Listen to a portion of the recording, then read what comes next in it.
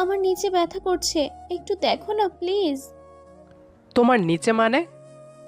আমার নিচে মানে আমার নিচে। এই দেখো না সোনা, প্রচন্ড ব্যথা করছে, সহ্য করতে পারছি না। কি জন্য ব্যথা করছে? ডক্টর ডাকবো?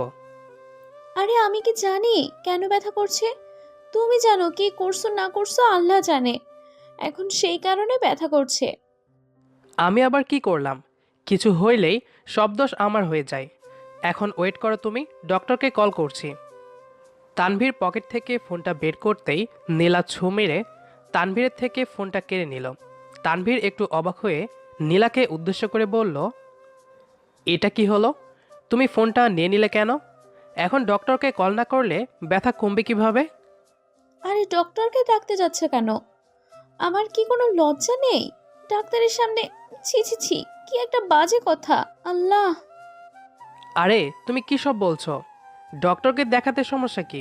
এটা তো মহিলা ডক্টর, তাই না? উনি চিকিৎসা না করলে তুমি ঠিক হবে কি করে? তুমি আছো না, তুমি ঠিক করে দাও। আমি কি ডক্টর নাকি যে আমি ঠিক করে দিতে পারবো? হ্যাঁ, যে কষ্ট দিয়েছে তার দায়িত্ব কষ্টটা লাঘব করা। সো তুমি ঠিক করবে, মানে তুমি ঠিক করবে। আমি কোনো ডাক্তারের কাছে যেতে পারবো না, মানে পারবো না। এটা কেমন কথা? আচ্ছা দেখি চেষ্টা করে ঠিক করা যায় কি না। জি আসো, আমি শুয়ে পড়েছি। নীলা কথাটা শেষ করতেই বিছানায় গা এলিয়ে শুয়ে পড়ল। তানভীর নীলার দিকে অবাক দৃষ্টিতে তাকিয়ে আছে। আসলে তানভীর মনে মনে এটা আজ করতে পারছে, নীলার আসলে কোনো ব্যথা নেই, সে শুধু শুধু এমন বায়না করছে। তবে কিছু করার নেই, কারণ এটা তার মনের ভাবনা, এটা মিথ্যাও হতে পারে। কিন্তু নীলাকে দেখে মনে হচ্ছে না তার কোনো কষ্ট হচ্ছে। তানভীর দাঁড়িয়ে দাঁড়িয়ে নীলাকে নিয়ে বিভিন্ন চিন্তা করছে। নীলা তানভীরকে থ মেরে দাঁড়িয়ে থাকতে দেখে তানভীরকে উদ্দেশ্য করে বলল, কি গো, ওখানে দাঁড়িয়ে থাকবে? এখানে কি আসবে না? ব্যথাটা মনে হচ্ছে বেড়ে গেছে গো। নীলার কণ্ঠে তানভীরের ঘোর কাটল। তানভীর নীলাকে উদ্দেশ্য করে বলল, হ্যাঁ আসছি। তানভীর কথাটা বলতেই নীলা পাশে বিছানায় বসে পড়ল। তানভীর নীলার দিকে তাকাতেই নীলা তানভীরের চোখের ওপর থেকে নিজের দৃষ্টি নামিয়ে নিল। তানভীর মুচকি হাসি দিয়ে নীলার আঁচলটা পেটের ওপর থেকে সরিয়ে দিল। আঁচল সরিয়ে দিতে গিয়ে তানভীরের হাতের স্পর্শ নীলার নাভিতে লাগলো। হাতের স্পর্শ পেতেই নীলার পুরো শরীর মুচড়ে উঠল। নীলা প্রবল আবেশে নিজের মুখ থেকে বের করলো মৃদু চিৎকার। তানভীর আস্তে করে নীলার পেটের ওপর হাত রাখতেই নীলাব ফিসফিস করে বলে উঠল, আরে কোথায় হাত দিচ্ছ? আমার ব্যথা করছে কোমরে, পেটে না। সারাদিন শুধু দুষ্টুমি করার ইচ্ছা থাকে তাই না? ফাজিল একটা। নীলার কথায় কিছুটা অবাক হয়ে তানভীর বলল, তুমি না বললে নিচে? হ্যাঁ নিচেই তো, মানে কোমরের একটু নিচে। নীলার দুষ্টু হাসি দেখে তানভীরে বুঝতে আর বাকি রইল না যে নীলা একটা বাহানা করেছে।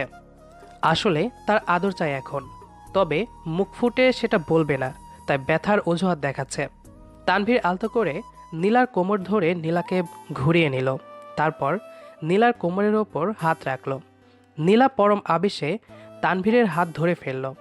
তানভীর নীলার কম্পনে নিজের মধ্যে একটা ব্যাকুলতা অনুভব করল। নিজের স্ত্রীর প্রতি তানভীর সর্বদা দুর্বল। তানভীর তার কোমল হাতে নীলার কোমরে হাত বুলিয়ে দিচ্ছে। নীলা নিজের ঠোঁট কামড়ে ধরে আছে। তানভীরের স্পর্শে সে প্রচণ্ড সুখ অনুভব করছে। কিছু সময় তানভীর নীলার কোমরে হাত বুলিয়ে দিয়ে হঠাৎ করে নীলার কোমরে হাত বুলিয়ে দেওয়া অফ করে দিল। তানভীর থেমে যেতেই নীলা বেশ অবাক হয়ে বলে উঠল, কি গো, থামলে কেন? ভালোই তো লাগছে, হাত বুলিয়ে দাও। নীলার কথা শেষ হতেই তানভীর নিজের গোলাপি রঙের ঠোঁটজোড়া নীলার কোমরে ছুঁয়ে দিল। তানভীরের ঠোঁটের স্পর্শ পেতেই নীলা মুচড়ে উঠল। ভীষণ রকম কেঁপে উঠল নীলা। তানভীর নীলার কম্পনে কম্পিত হলো। তানভীর নীলার কোমরে গভীর চুমু খেল। নীলা নিজেকে আর নিজের মধ্যে রাখতে পারল না। তানভীরের দিকে মুখ ঘুরিয়ে তাকিয়ে নীলাব তানভীরকে নিজের বুকে টেনে নিল। তানভীর পরম আবেশে নীলাকে শক্ত করে জড়িয়ে ধরতেই নীলা তানভীরের ঠোঁট জোড়া নিজের ঠোঁট দিয়ে চেপে ধরল। নীলা আর তানভীর একটা ঘোরের মধ্যে চলে যায়। তানভীর নীলার ঠোঁটে কিছু সময় চুমু খেতেই হঠাৎ করে তানভীরের ফোনটা বেশ শব্দ করে বেজে উঠল। তানভীরের বিন্দুমাত্র কলের দিকে ভ্রুক্ষেপ নেই, কিন্তু ফোনটা একের পর এক বেজেই চলেছে। তানভীর আর নীলা দুজনেই বেশ বিরক্ত হলো। তানভীর নীলার ঠোঁটকে ছেড়ে দিতে বাধ্য হলো, কারণ নীলা তানভীরের ঠোঁট থেকে নিজের ঠোঁট জোড়া আলগা করে নিয়েছে। তানভীর নীলার দিকে প্রশ্নসূচক দৃষ্টিপাত করতেই নীলা মৃদু কণ্ঠে বলল, তোমার কল এসেছে তানভীর? হুম। তানভীর নীলার পাশ থেকে ফোনটা হাতে নিতেই ফোনের স্ক্রিনে দেখতে পেল আলিশা কল করেছে। আলিশা হলো তানভীরের ফুফাতো বোন। এই আলিশাকে নীলা একটু সহ্য করতে পারে না। তানভীর নীলার দিকে তাকিয়ে মুচকি হেসে বলল, 1 মিনিট, আমি আসছি। তানভীর কথাটা শেষ করতেই বিছানা থেকে উঠে পড়ল। ফোনটা নিয়ে তানভীর চলে গেল ব্যালকনির দিকে। নীলা তানভীরের দিকে প্রশ্নসূচক দৃষ্টিতে তাকিয়ে আছে।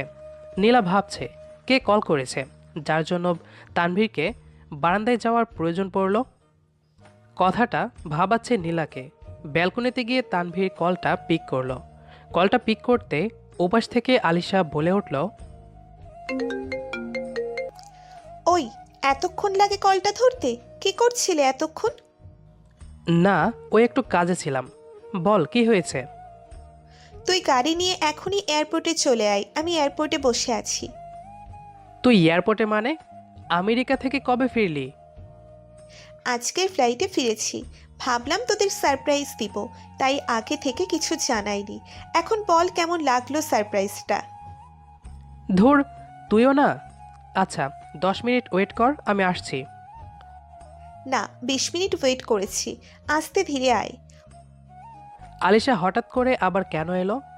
বিধাতা জানে আবার কি ঝামেলা আমার জন্য অপেক্ষা করছে। আনমনে কথাটা বলল তানভীর। তানভীর ফোনটা রেখে পিছনের দিকে ফিরে তাকাতেই চমকে যায়। তানভীর পিছনে ফিরে দেখতে পেল নীলা দাঁড়িয়ে আছে তার পেছনে। নীলার চোখে চিন্তা ও বিরক্তিকর ছাপ স্পষ্ট। তানভীর নীলাকে উদ্দেশ্য করে একটু কাপা গলায় বলল, এখানে দাঁড়িয়ে আছো যে, কিছু কি বলবে? কেন, আমার এখানে দাঁড়িয়ে থাকতে কি কোনো সমস্যা, নাকি এখানে দাঁড়িয়ে থাকাটা আমার জন্য বারণ? ওহ নীলা, কামন, এমন করে কথা বলছো কেন মেরি জান? তোমার যেখানে ইচ্ছা সেখানে থাকলে তো আমার সমস্যা শোনা। তোমার জায়গা আমার বুকে, তুমি শুধু এই বুকে থাকবে। তানভীর কথাটা বলতে বলতে নীলার কাঁধের ওপর নিজের 2 হাত রাখল। নীলা ভীষণ তিক্ততার কণ্ঠে বলল, কে আসছে? ওহ, ভালো কথা মনে করিয়ে দিছ। আলিশা আসছে। সারপ্রাইজ দিতে আগে থেকে কিছু জানায়নি। 2 দিন হয়তো থাকবে, তারপর চলে যাবে। হুম। নীলা আর কোনো কথা বলল না। তানভীরের হাত জোড়া নিজের কাঁধের ওপর থেকে নামিয়ে দিয়ে সে চলে যায়। তানভীর বেশ বুঝতে পারছে নীলা আলিশার এখানে এমন হুট করে আসায় মোটেও খুশি হয়নি, কিন্তু কি আর করার।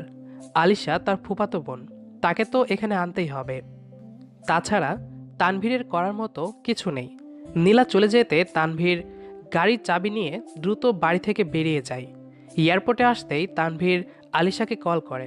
কিছু সময় কলটা রিং হবার পরে হঠাৎ করে তানভীরকে ভীষণ অবাক করে দিয়ে একটি শর্ট স্কার্ট পরা মেয়ে তানভীরের দিকে দৌড়ে ছুটে আসতে লাগলো। তানভীর ভালো করে লক্ষ্য করে বুঝতে পারল এটা আলিশা। এই কয়েক বছরে সামান্য পরিবর্তন হয়েছে, তবে তাকে চেনা যাবে না এমন কিছু নয়। আলিশা তানভীরের দিকে দৌড়ে ছুটে এসে তানভীরকে শক্ত করে জাপটে জড়িয়ে ধরে। তানভীর আলিশার এমন অদ্ভুত ব্যবহারে একটু বিব্রত হলো। আলিশা তানভীরকে জড়িয়ে ধরে বলতে লাগলো, ওহ মাই সুইট কিউট বয়টা, এত হ্যান্ডসাম হতে কে বলেছে তোমায়? সে দূর থেকেই আমার দৃষ্টি তোমার উপর পড়ে যায়। আহ, কি রূপ! এই রূপের তেজ সেই আমেরিকা থেকে আমায় টেনে হিচড়ে নিয়ে এসেছে। আলিশার কথা শুনে তানভীর থ মেরে যায়। এসব কি বলছে আলিশা? মাথা ঠিক আছে তোর? থ মেরে দাঁড়িয়ে কথাটা ভাবলো তানভীর। অতপর তানভীর আলিশাকে নিজের থেকে আলতো করে ছাড়িয়ে নিয়ে একটু গম্ভীর গলায় বলল, এসব কি কথা আলিশা? তোকে না বারণ করেছি এসব কথা বলবি না? আমি তুই দুজন জানি এটা ফান, তবে তোর ভাবি দেখলে তো অন্য কিছু মনে করতো। নেক্সট টাইম এমন করিস না। আরে ধুর, মজাটাকে সত্যি করে যে ভীষণ ইচ্ছে ছিল আমার, কিন্তু কপাল। ভাবি তো তোর জীবনে অনেক পরে আসছে, কিন্তু তানভীর আমি তোর জীবনে ভাবির অনেক আগে এসেছি। তোর উপর আমার অধিকার সব থেকে বেশি। আলিশা তানভীরের দিকে তীক্ষ্ণ দৃষ্টিতে তাকিয়ে আছে।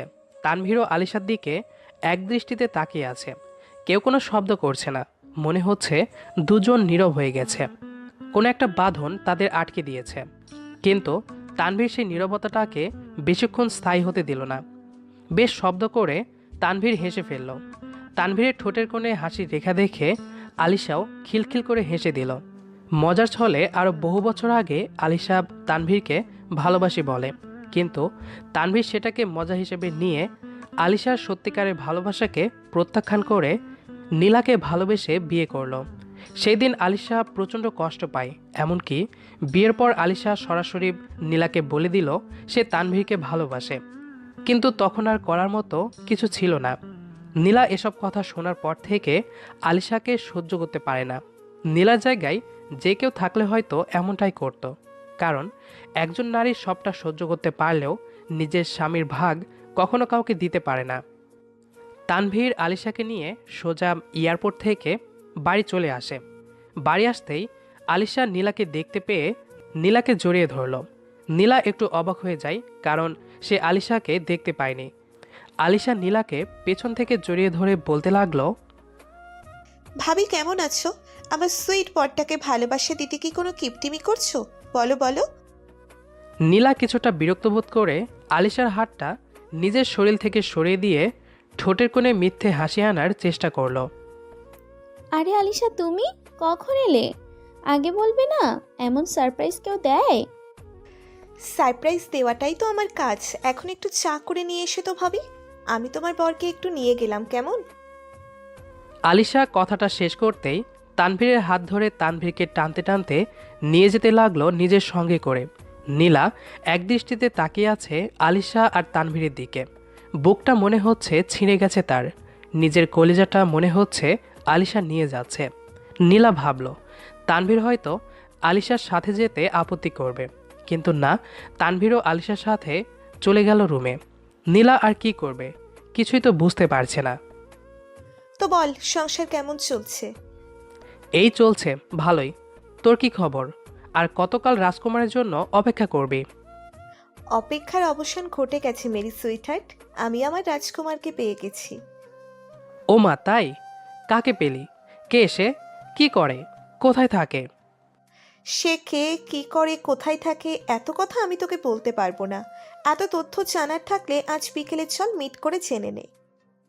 আয় হাই, আজ বিকেলে? হ্যাঁ, কেন? Any problem? আরে না, প্রবলেমের কি আছে, তবে ছেলের সম্পর্কে একটু কিছু আগে থেকে জানা থাকলে ভালো হতো। ছেলে সফটওয়্যার ইঞ্জিনিয়ার, আমেরিকায় আমার সাথেই কাজ করে। নাম রিয়ান। ও একটু পরে বাংলাদেশে আসছে। আমাদের একই ফ্লাইট ছিল, তবে একটা কাজেও লেট করে, তাই আমি আগে চলে আসি। বাহ বাহ, তুই দেখে একটা সুপার উস্তম। একা একা কাউকে কিছু না জানিয়ে। ভালো। ভালো না কচু, ওরে তো আমার সহ্য করতেই অসহ্য লাগে।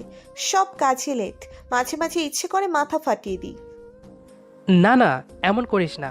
বেচারাকে আস্তে ধীরে মারবি। এত তাড়াতাড়ি কিছু করলে তো সমস্যা, তাই না? সেটাই। আলিশা কথাটা শেষ করতে তানভীর আলিশার গালের ওপর হাত রেখে গাল টেনে দিয়ে বলতে লাগলো, আমার ছোট্ট পাখিটারও বিয়ে হয়ে যাবে। তানভীর কথাটা বলতে আলিশা হেসে ফেলল। হঠাৎ করে তানভীরের কানে ভেসে আসে নীলার গলা শব্দ। নীলা দরজার ওপারে দাঁড়িয়ে থেকে বলল, আসবো? নীলার কণ্ঠস্বরটা শুনে তানভীর চমকে গেল। নীলার দিকে দৃষ্টিপাত করতেই তানভীর দেখতে পেল নীলার চোখ মাটির দিকে, আর ভীষণ লাল হয়ে আছে তার চোখ। তানভীর মুখ থেকে কোনো শব্দ বের করল না। নীলা আসতেই আলিশা বসা থেকে দৌড়ে নীলার হাত থেকে চায়ের প্লেটটা আগিয়ে নিয়ে অন্য হাত দিয়ে নীলাকে জড়িয়ে ধরে নিজের সাথে করে বসিয়ে দিল। নীলা কোনো কথা বলছে না। তানভীর বেশি রেগে গিয়ে ভারী কণ্ঠে বলল, এসব কি নীলা? আমি বুঝতে পারলাম না, এমন করে অনুমতি নেওয়ার কি আছে? আজ বিকেলে আমরা রিয়ানের সাথে দেখা করতে যাব। রিয়ানের সাথে আলিশার বিয়ে ঠিক করতে হবে। আশা করি তুমি যাবে আমার সাথে। তানভীর কথাটা বলে রাগে গজগজ করতে করতে চলে যায়। আলিশারও ফোনটা শব্দ করে বেজে উঠল। রিয়ান হয়তো কল করেছে। নীলা বোকার মতো বসে আছে। সে কি ভেবেছে আর কি হয়ে গেল কিছুই সে বুঝতে পারল না। আমি নিজের মনের সন্দেহ থেকে আমার তানভীরকে নিয়ে আলিশার সাথে আবার। তানভীর তো বেশ রেগে গেছে। এখন কি হবে? কথাটা আপন মনে বলল নীলা। নীলা কথাটা শেষ করতেই বসা থেকে উঠে দাঁড়িয়ে পড়ল। দৌড়ে ছুটে যায় তানভীরের পেছন পেছন। পেছন থেকে নীলা তানভীরকে শক্ত করে জড়িয়ে ধরে। তানভীর কোনো প্রতিক্রিয়া দেখালো না। নীলা তানভীরকে উদ্দেশ্য করে বলল, আমায় ক্ষমা করে দাও, আমি আর কখনো এমন করব না। সত্যি বলছি, অনেক ভালোবাসি তোমায়। তোমার ভাগ আমি কখনো কাউকে দিতে পারবো না। পাগলিটা আমার। ভালোবাসা কখনো সন্দেহ থেকে সৃষ্টি হয় না। সন্দেহ অনেক সুন্দর সুন্দর সম্পর্ককে নষ্ট করে দেয়। বেঁচে থাকুক এমন